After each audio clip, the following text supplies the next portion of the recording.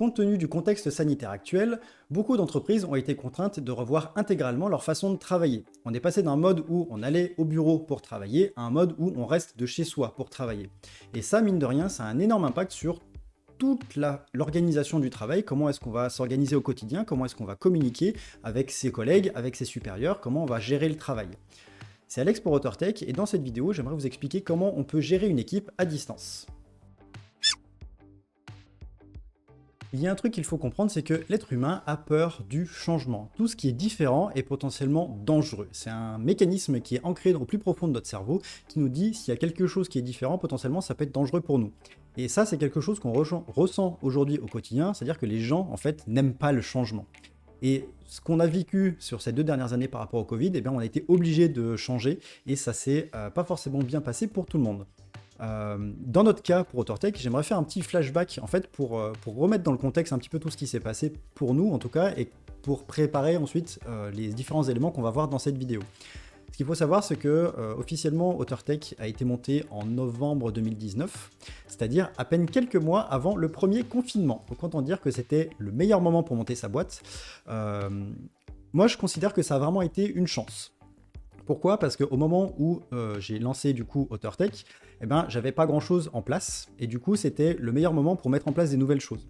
Et c'est-à-dire que j'ai pas eu le temps de mettre en place un mode de fonctionnement par exemple avec des bureaux, avec ce genre de choses. On a été obligé dès le départ de travailler avec cette optique-là, de se dire eh ben, en fait il faut qu'on s'organise autour des contraintes que l'on a et les contraintes que l'on a, bah, c'est de ne pas pouvoir se voir en physique, donc on va devoir apprendre à s'organiser à distance. Et je pense que c'était vraiment une chance parce que c'est le meilleur moment en fait pour mettre en place ce genre de choses. Imaginez que quand vous changez de job, en fait, vous allez découvrir un nouveau contexte de travail, vous allez découvrir des nouveaux collègues, des nouveaux projets, vous allez être dans un état d'esprit en fait qui vous force à accepter la nouveauté. Et bien là, c'est un petit peu la même chose, c'est-à-dire qu'on est arrivé pile poil au bon moment, dans le sens où on a pu mettre en place dès le départ en fait une organisation des choses pour travailler entièrement à distance. Alors je tiens à mettre tout de suite un gros disclaimer avant d'aller plus loin. Ce que je vais vous partager là, c'est ce qu'on a pu mettre en place à AuthorTech. Ça marche pour nous, ça ne veut pas dire que si vous appliquez tout ça à la lettre dans votre boîte, ça va fonctionner très bien. Il faut bien se dire que toutes les entreprises sont différentes, toutes les personnes sont différentes, et le tout c'est de comprendre le concept et d'essayer de voir dans quelle mesure on peut appliquer certaines choses et pas forcément juste se contenter de copier-coller tout ce que je vais raconter dans cette vidéo et d'essayer de l'appliquer, parce que ça, je suis quasiment sûr que ça ne marchera pas. Donc disclaimer, apprendre avec des pincettes. Alors, le premier point dont je vais vous parler, c'est pas forcément celui qui viendrait à l'esprit le premier, c'est la philosophie.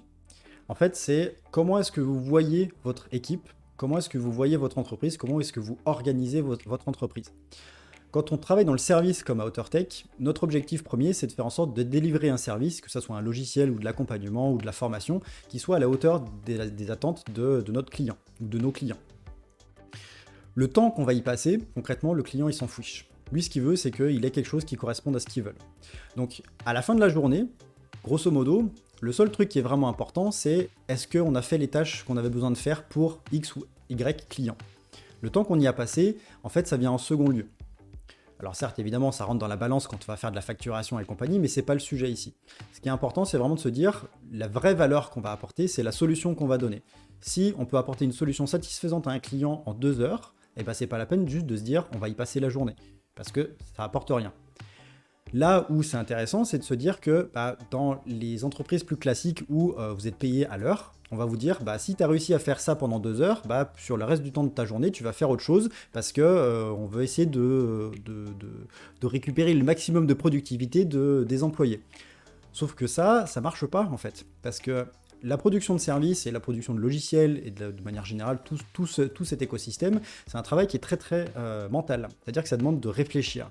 Et la réflexion, il y a des fois où le cerveau il marche, et il y a des fois où le cerveau il ne marche pas.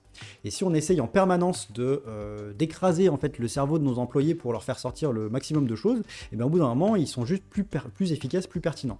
Et c'est encore pire quand on les oblige à venir travailler sur des horaires précises, parce qu'on vient littéralement casser en fait leur rythme circadien, leur rythme personnel. On est tous plus ou moins du matin ou du soir ou de l'après-midi, etc. Vous êtes tous au courant de ça.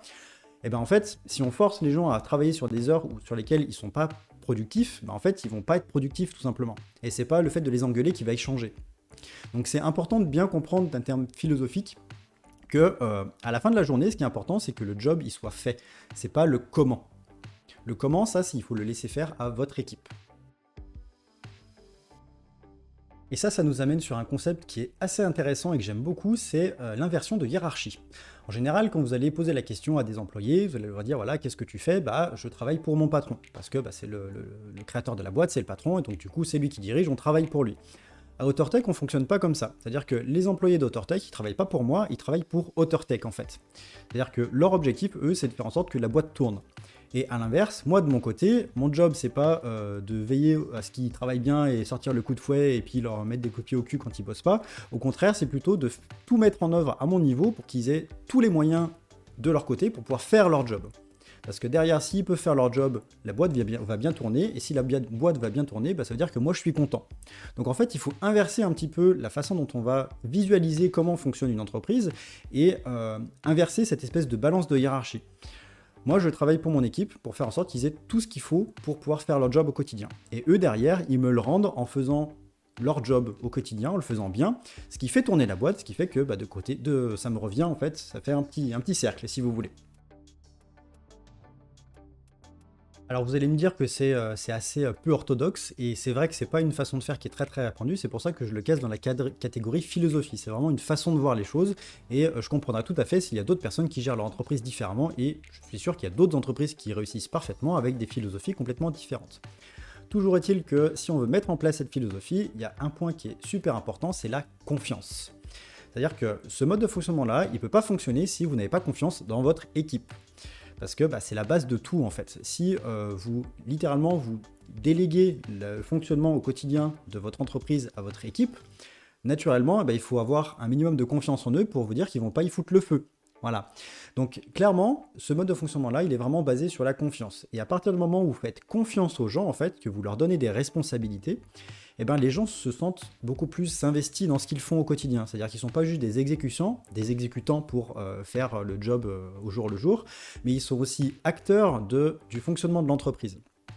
Alors, ça dépend de la taille de votre entreprise. Évidemment, nous, on est une toute petite équipe, donc c'est facile à mettre en place, mais ça reste quand même quelque chose qui est possible de mettre en place dans un cadre un petit peu plus restreint au sein de grosses entreprises. Tout réside dans le fait de donner en fait un cadre de travail, de dire voilà, je vous donne un cadre de travail dans lequel vous avez complète latitude, c'est-à-dire que je définis les limites en disant voilà, vos prérogatives en fait ça va être ça, et à l'intérieur de ça, je vous donne des tâches à faire et vous vous démerdez en fait, vous faites le job, c'est vous les techs. C'est vous les techos, même si moi aussi je suis technicien, je suis développeur, mais si vous connaissez votre job, je ne vais pas vous expliquer comment faire votre job. Faites-le, voilà le cadre. Et au sein de ce cadre, vous avez autant de latitude que vous voulez. Et ça, en fait, ça implique les gens. Par contre, ça veut dire qu'au niveau des managers, au niveau des dirigeants, il faut avoir une grande confiance dans son équipe. Une fois qu'on a confiance dans son équipe, qu'on est capable de déléguer des tâches et de leur laisser faire ces tâches-là en autonomie, il y a un autre point qui va arriver, ça va être l'organisation et la communication.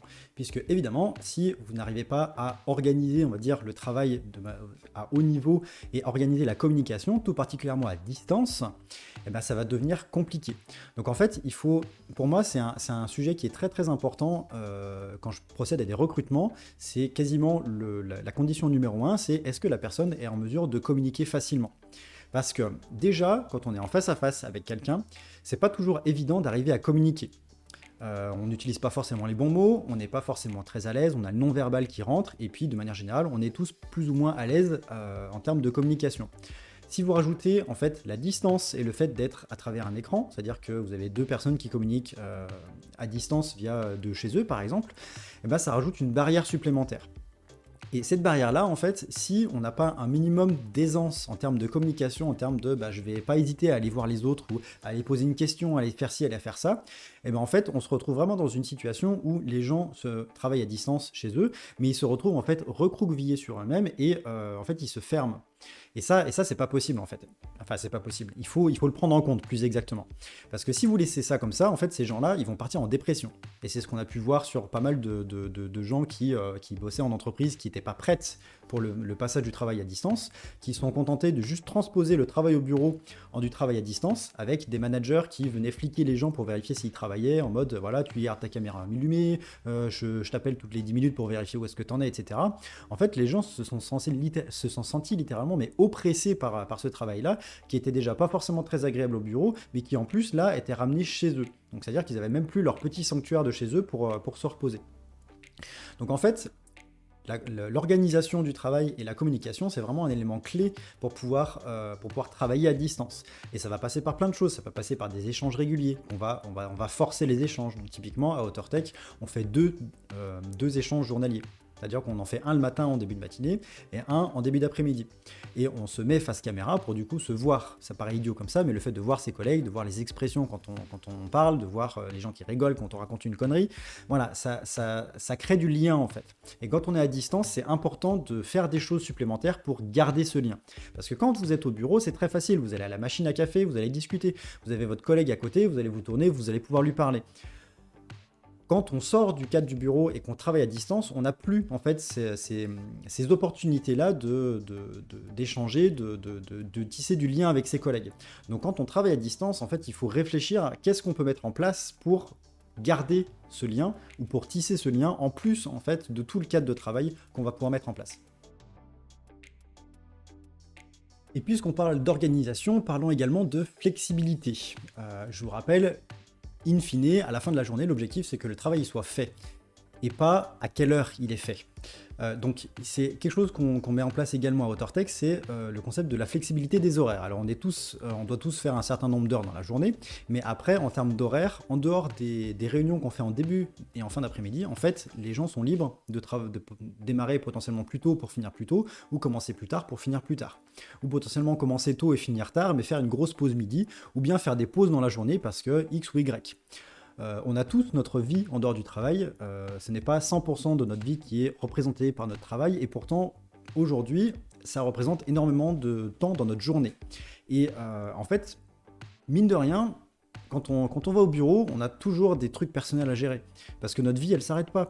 Faut qu'on aille passer à la poste pour récupérer des timbres ou poster un courrier. Faut qu'on appelle notre plombier parce qu'on a une fuite dans nos WC. Faut qu'on fasse ci, faut qu'on fasse ça. On a 3 courses à faire. Puis en plus, pendant le confinement, c'était vraiment merdique parce que les magasins fermaient super tôt.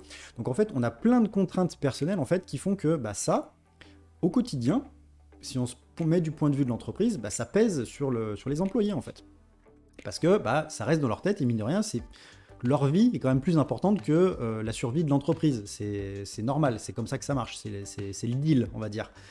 Et donc du coup, si on permet aux gens qui bossent à distance de pouvoir s'organiser, organiser leur journée avec un peu de flexibilité, alors pas forcément de faire tout et n'importe quoi, mais de donner un minimum de flexibilité aux employés, du coup ça leur permet d'être plus légers sur ces questions-là, parce qu'ils savent que s'ils ont un appel à passer, par exemple, voilà, faut que j'appelle mon médecin pour prendre rendez-vous, c'est pas grave, ils font une pause de un quart d'heure, 20 minutes, ils vont s'occuper de faire leur appel, et ils peuvent repartir bosser plus tard.